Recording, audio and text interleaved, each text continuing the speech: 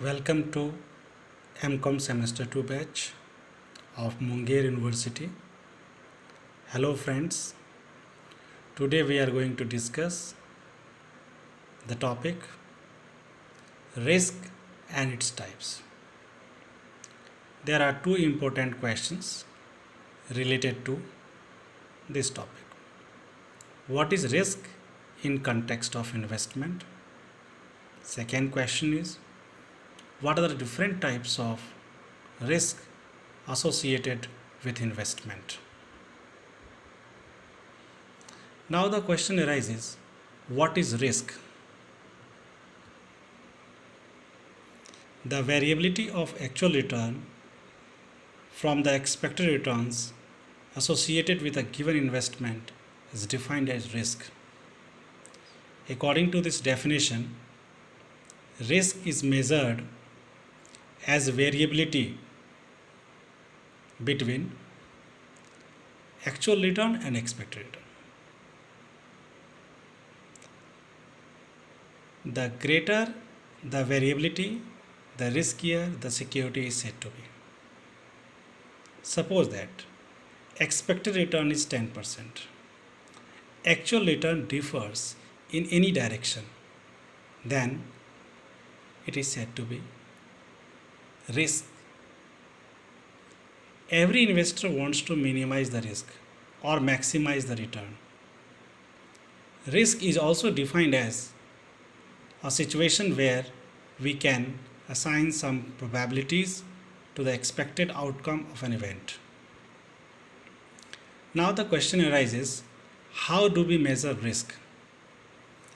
The statistical measure of total risk of an asset are: first, standard deviation, which is a square root of variance. It is an absolute measure of risk. It is not useful for comparing risk in different projects. Second, coefficient of variation, which is equal to standard deviation upon mean multiplied by 100. It is always expressed in terms of percentage. It is a relative measure of risk. It is useful for comparing risk in different projects. Now we are going to discuss the calculation of standard deviation and coefficient of variation with the help of numerical example. In this given question, asset X, asset Y is given. Return of asset X as well as asset Y is given. Their probability is given. Now in this case, we will calculate standard deviation and coefficient of variation. First step in this case is to calculate expected return. How do we get expected return? We can multiply probability with the given return. So if we multiply return and probability and we take summation, we get expected return, that is mean return. It is written here. Now we have to take difference of given return and the expected return, and we have to take a square of that. The 16 is deducted from 14 and then we square, so it will be 4. After that we have to calculate variance. F3 multiplied by C3. So F3 is the square of difference between given return and expected return, and C3 is the given probability. So if we multiply this column to this column and we will take summation, we will get variance. And standard deviation is the square root of this variance. So if we take square root of 1.6, we will get 1.264911. And coefficient of variation, how do we calculate coefficient of variation? Standard deviation upon mean the expected return multiplied by 100, we will get coefficient of variation, which is 7.905694. Similarly, we can calculate for asset Y. Expected return is same, variance is different, so square root of this variance is standard deviation, and coefficient of variation of Y is calculated by dividing expected return to the standard deviation multiplied by 100. So this value divide by this D12 value, that is 16, we will get 31.62278. It is in percentage term. So if we compare the coefficient of variation of X and Y, CV of Y is higher, so therefore we conclude that we can interpret asset Y is more risky than asset X. Why? Because CV is higher. Let us discuss different types of risk. First is systematic risk. It is that part of total risk which is caused by factors beyond the control of a specific company or individual. It is non-diversifiable risk. It is the risk which cannot be controlled by the firm or individual. It is non-diversifiable risk. It is measured by beta, and beta is equal to covariance of security and market upon variance of market. Suppose that if beta is 1.21, it means that 1% increase in market return will result in 1.21% increase in security return. Let us discuss with the help of case study what is beta. The data is given, date is given, Sensex value is given, share price of HDFC Bank is given. First of all, we should understand how do we calculate return. So in this case, the formula for finding return is closing price minus opening price in the numerator, and in the denominator only opening price, and then we can multiply by 100. Let us see. This is the column showing return of Sensex. So how do we calculate return? So this is the closing price minus opening price and divide by the opening price and multiplied by 100. Similarly, for this figure, closing price will be this, and then opening price, B5 minus B4 divided by B4. So that is how we have calculated return of X. Similarly, we can calculate return for Y.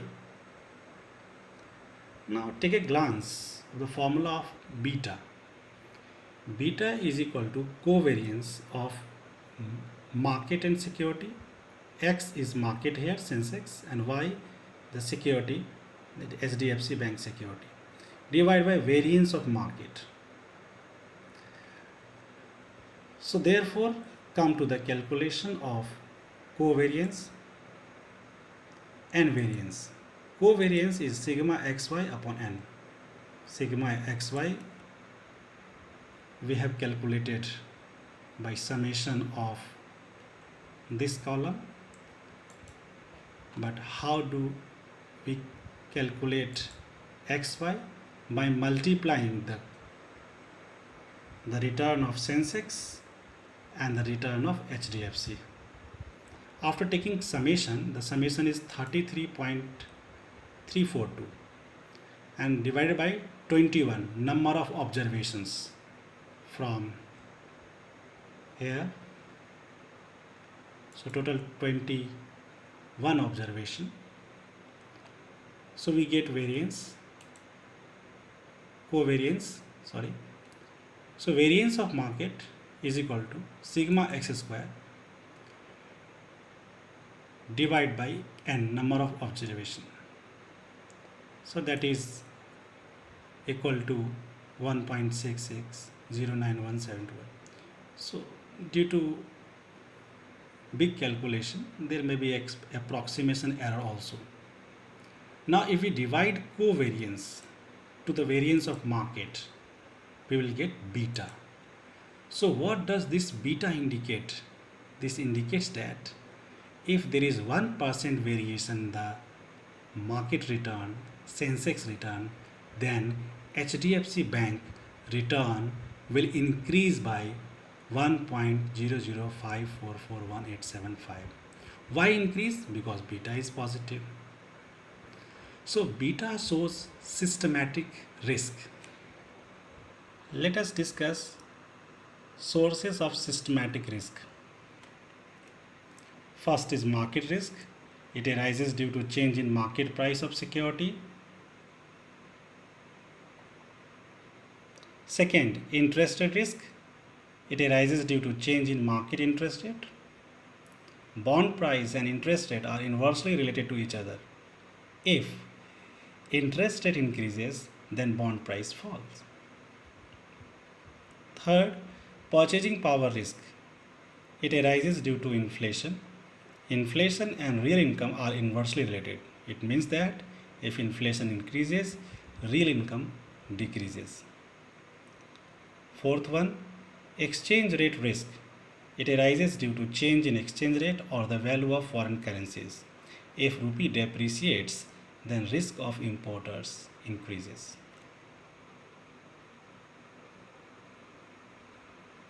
Now let us discuss the second type of risk which is associated with investment, that is unsystematic risk. It is the risk caused by factors within the control of a specific company, such as issues related to management, labor, or capital. It is diversifiable risk. It can be eliminated by diversification. Total risk is equal to systematic risk plus unsystematic risk. Now let us discuss the sources of systematic risk. First is business risk. It is associated with investment decision of the company. It arises due to presence of fixed operating cost in a company's cost structure.